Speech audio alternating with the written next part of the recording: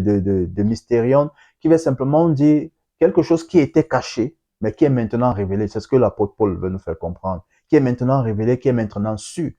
Alors, quand Christ mourait, il n'était pas seul. Nous étions en lui. Et c'est pour ça qu'il parle de baptême, que nous avons été baptisés en sa mort. Et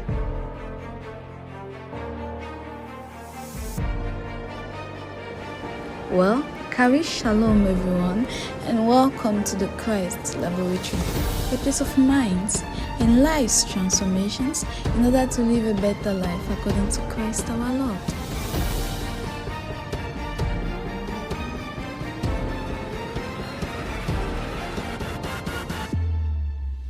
Kari Shalom, grâce et paix à vous au nom de notre Seigneur Jésus-Christ. Bienvenue dans le laboratoire de Christ, le frère Raphaël à votre service. J'espère que vous allez bien. Ce matin, je voudrais vous entretenir sur le thème que j'ai intitulé « Ce que la grâce n'est pas ». Et le but pour lequel ce thème, je veux le traiter, c'est à cause de tout ce qui est dit autour de la grâce. Beaucoup estiment que la grâce, c'est un message qui prône la vie de débauche, une vie impudique, une vie d'impureté.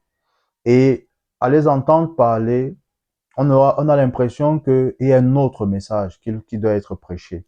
Mais en réalité, c'est le seul message qui doit être prêché. Parce que la Bible nous dit clairement que la loi a été donnée par Moïse, mais la grâce et la vérité sont venues par Jésus-Christ. Jésus-Christ est la manifestation de la grâce en elle-même. Alors si ce n'est pas la grâce que les prédicateurs prêchent, alors ils ne prêchent pas selon la volonté de Dieu. Parce qu'il n'y a qu'un seul message. Et l'apôtre Paul nous l'a clairement dit. Et il nous l'a dit dans le livre de Galates chapitre 1, le verset 11, que ce message qu'il a reçu, il ne l'a appris ni reçu d'aucun homme, mais c'est par Jésus-Christ lui-même.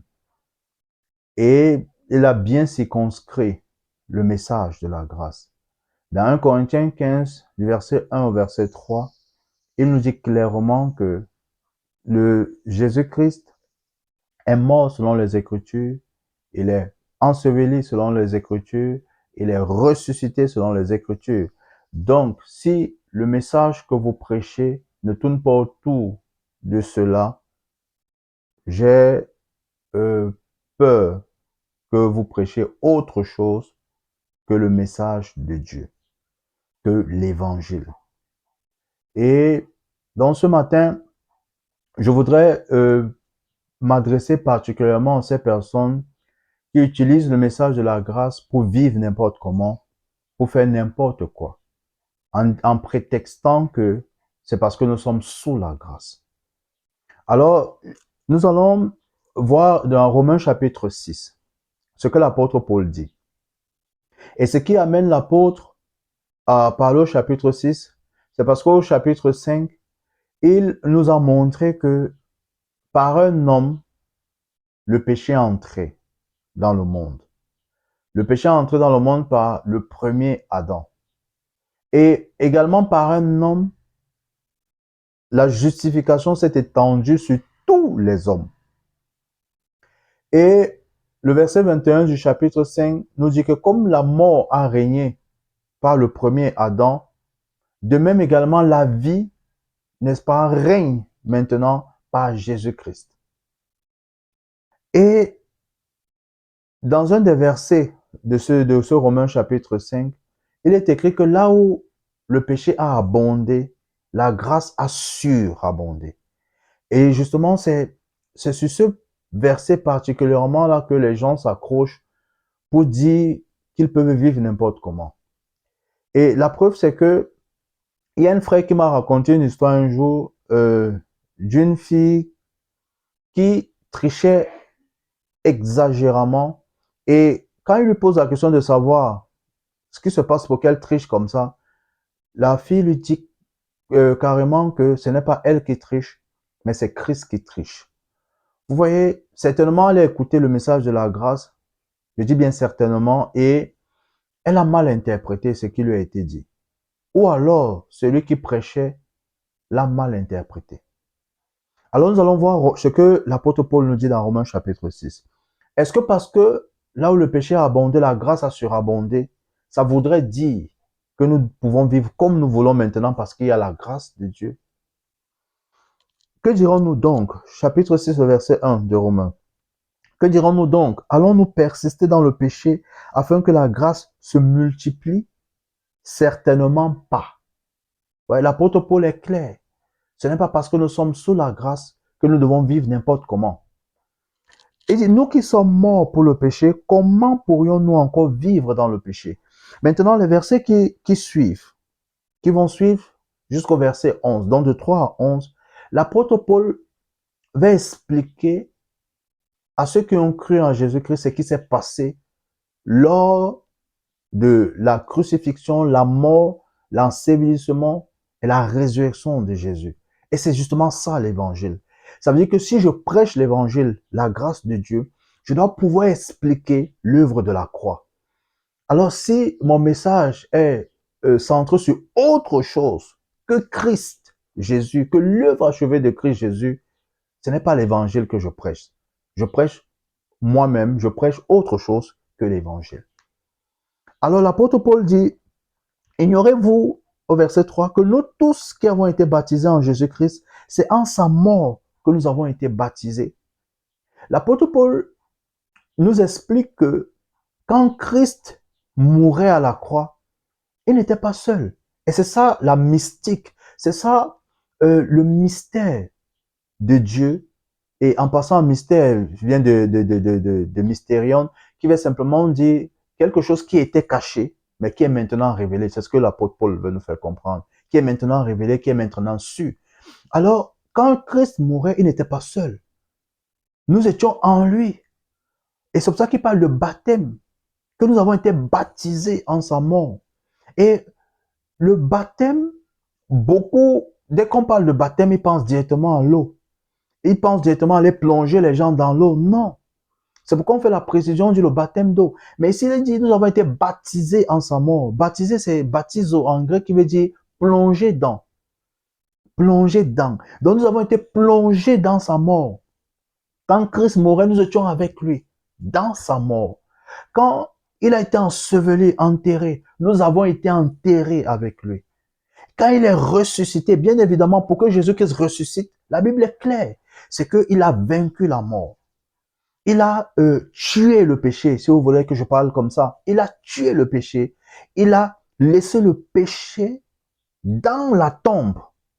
Et il est ressuscité. Et quand il laisse le péché dans la tombe, mais nous également, la nature pécheresse reste dans la tombe.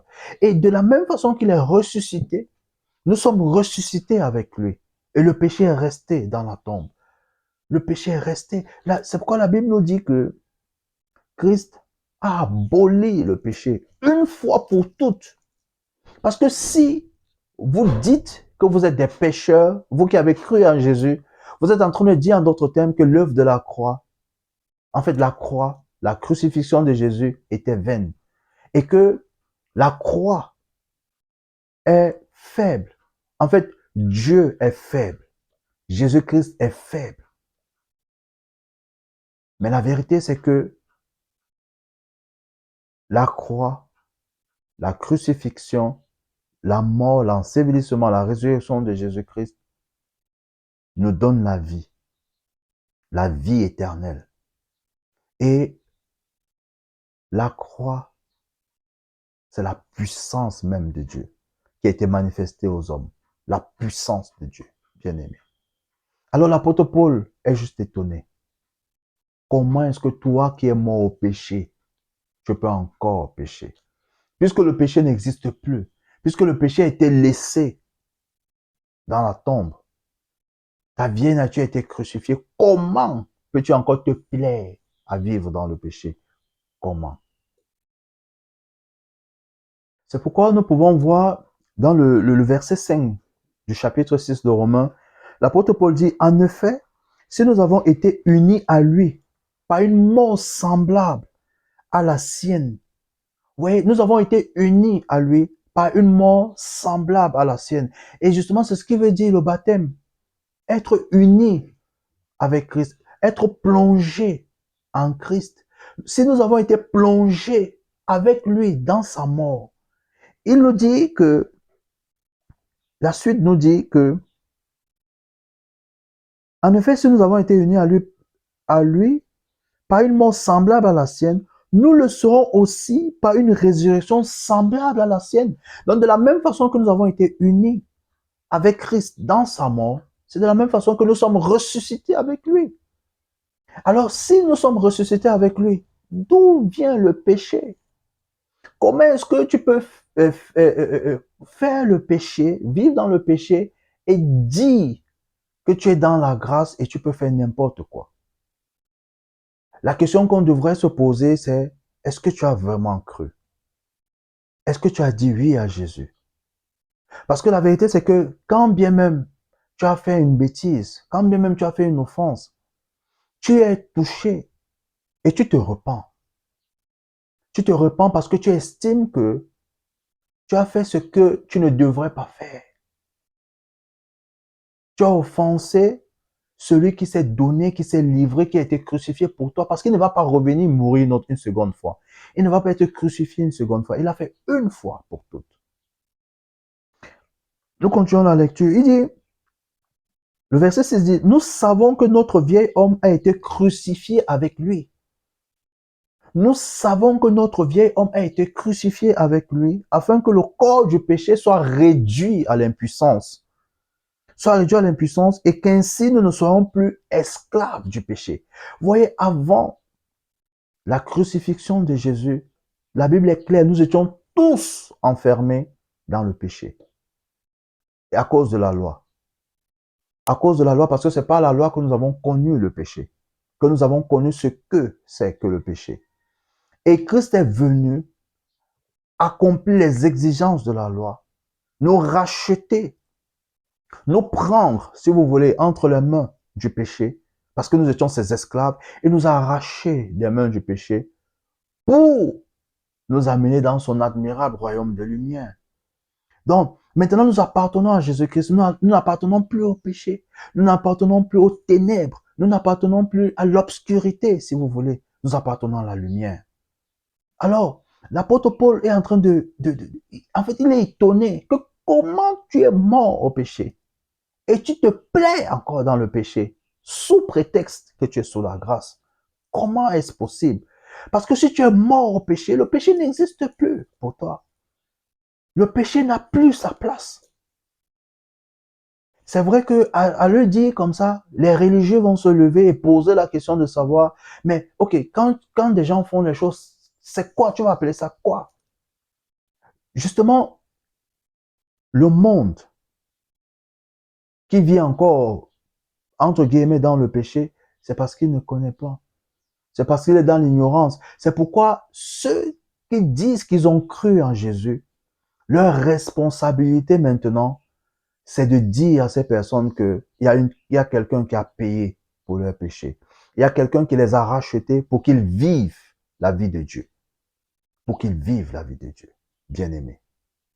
Je m'étendrai sur cela quand je parlerai du royaume de Dieu. Ce que c'est que le royaume de Dieu. Le but, l'objectif du royaume de Dieu. Donc, c'est les gens du monde, on va le dire comme ça, ne sont pas au courant. C'est pourquoi les chrétiens doivent leur dire, d'où l'évangélisation, doivent aller leur dire que Jésus a payé le prix. Tu n'es plus un pécheur. Jésus a payé le prix pour toi.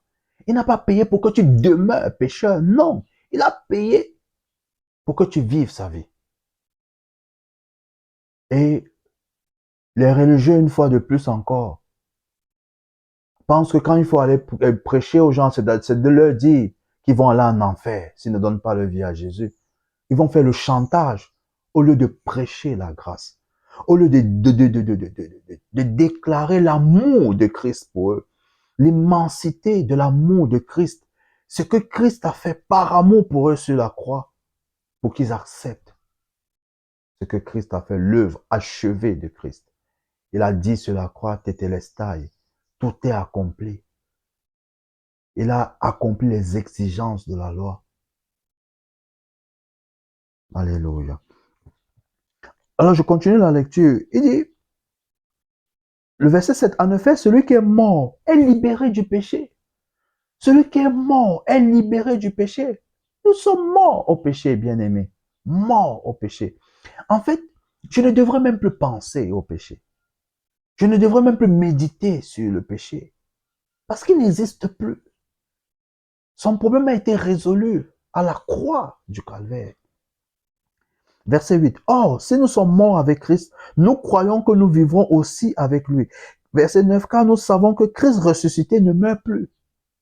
Christ ressuscité ne meurt plus. La mort n'a plus de pouvoir sur lui. Alors si Christ ressuscité ne meurt plus, nous aussi, nous sommes ressuscités. Nous n'allons pas mourir. Et quand je parle de la mort, je parle de la mort éternelle parce que Jésus a dit à la sœur de Lazare que je suis la résurrection et la vie. Celui qui croit en moi, même s'il meurt, vivra. Alors on dit, la mort n'a plus de pouvoir sur lui.